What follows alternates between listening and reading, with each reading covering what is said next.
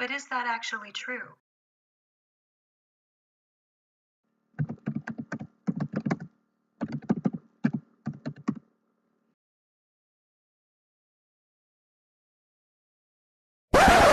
What the?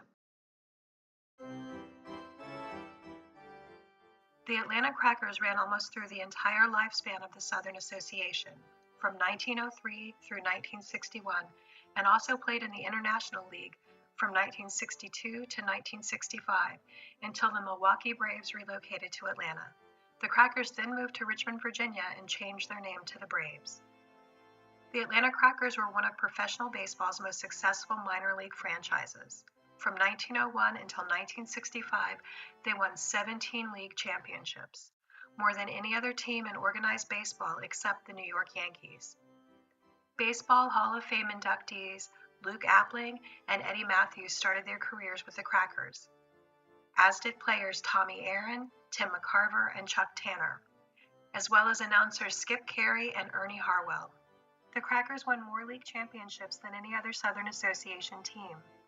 The Crackers twice won the Dixie Series, which pitted the Southern Association champion against the top team from the Texas League, finishing with the Southern Association's best record.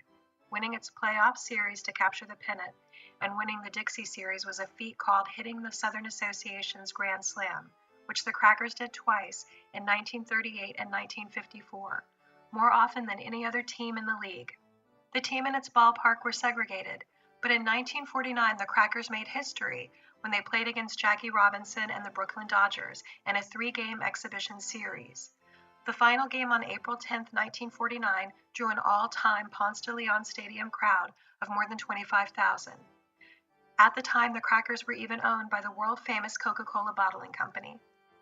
The term Hard Luck Harry also originated in the Atlanta Crackers and is based on their team member Hard Luck Harry Welchance, who was famous for his bad luck on and off the field.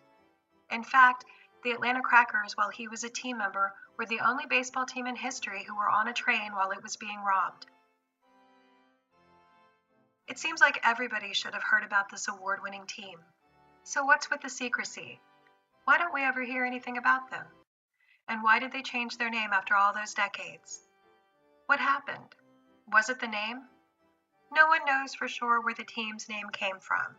Some theorize that it was named after a term meaning a poor white Southerner, or someone quick and efficient at a task, while others believe the team was named for local farmers who cracked whips over oxen and horses, or from the city's previous team, the Firecrackers.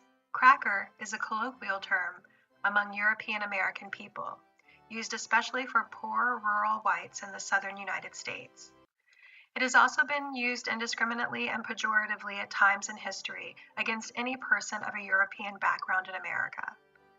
However, for most of recent history, it has been used in a neutral or positive context, or self-descriptively with pride in reference to those born in Florida or Georgia, until 1964 when Malcolm X used the term in his groundbreaking civil rights speech, The Ballot or the Bullet, in reference to European Americans in a pejorative context. In this speech, Malcolm X used the term to reference all European Americans, whether living in the North or South, in a negative context. His speech is credited by language experts as being the first exposure most European Americans, also known as white, had to the use of the word cracker as an anti-European American slur. Let's go back to the team's history for a minute. The Atlanta Crackers played under that name from 1903 through 1965, when they changed their name to the Braves and moved to Richmond, Virginia. Wait, what? 1965. Okay, so Malcolm X's speech popularized the use of the term cracker as an anti-European American slur in 1964, and less than a year later, the Atlanta Crackers quietly changed their name with no fanfare or media coverage and moved to cover the change? Are they crackers? It's because there's a bunch of crackers in the to the term cracker, white cracker. Cracker babies. Do you hate white people? You can't call me a white-ass cracker and go, just kidding, LOL. Cracker, white cracker. Do you hate white people? Honky cracker. Be a cracker. Honky is anybody. What do you mean? Let's recap. Cracker started out as a way for Europeans and Euro-Americans to refer to loud braggarts, then to convicts sent to Virginia, then to slave foremen who cracked their whips to punish slaves, then to describe poor farmers in Florida and Georgia, and was elevated to neutral or even positive use by the creation of the Florida Cracker Trail and several brand names, including at least one professional baseball team, and remained neutral or positive for decades until 1964, when Malcolm X's important and groundbreaking civil rights speech used it as a pejorative, when it went from being used by European Americans on each other to a term used on European Americans by people of color, at which point it grew to be seen as negative, and the team's name was changed. Not one march was held, not one petition needed to be signed, not one protest needed to be organized. No one even needed to make a sign. And the name change was made with no coverage and hidden by a move to Virginia. Were they wrong to change the name? Absolutely not. History and modern depictions have clearly shown that using a slur as a team name can and always does lead to horrific acts and harmful behavior. And dozens of peer-reviewed studies show that race-based team names and mascots cause real harm, not only to Native children, but also to other children who are exposed to them. Would you want your children to grow up seeing their culture and sacred religious objects mocked and dehumanized like this? Of course not. No sane person would. They were the second most winning team in baseball history, second only to the New York Yankees.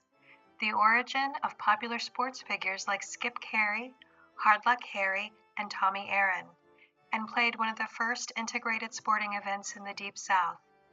But their name was changed within a year of becoming a well-known slur against Americans of European descent, and are now rarely, if ever, mentioned in the media, despite their former fame. Yet there is still a pro ball team in our nation's capital that has been a well-known slur against the descendants of the original natives of North America for decades, and it's been used to justify some pretty horrific and harmful behavior, including religious bigotry in the form of misuse of sacred objects and depictions of sacred objects, red face, and even severed head depictions, which are obviously frightening to Native American children and aren't something Americans should ever ignore or laugh off. Following a movement in the late 1990s and early to mid-2000s of a different ethnic group to reclaim a more commonly used slur, a push by European Americans in the Deep South was made to reclaim the word cracker, including calls to change the name of Atlanta's baseball team back to the Crackers. And in 2009, a team called the Atlanta Crackers, but based more than 30 miles from Atlanta in Suwanee, Georgia, joined the Sunbelt nonprofit Collegiate Summer Baseball League, proving that, unlike the R word for the people it once targeted, the term has transitioned back to a more neutral or positive use from the more negative use seen in the mid to late 1960s and 70s. So the next time you see a meme like this one, remember that this was already proven untrue in the 1960s, and that memes aren't infographics. Memes are about what their particular creator thinks is funny or cool, not accurate facts and information. Your house is surrounded. I am here to discuss the terms of your surrender.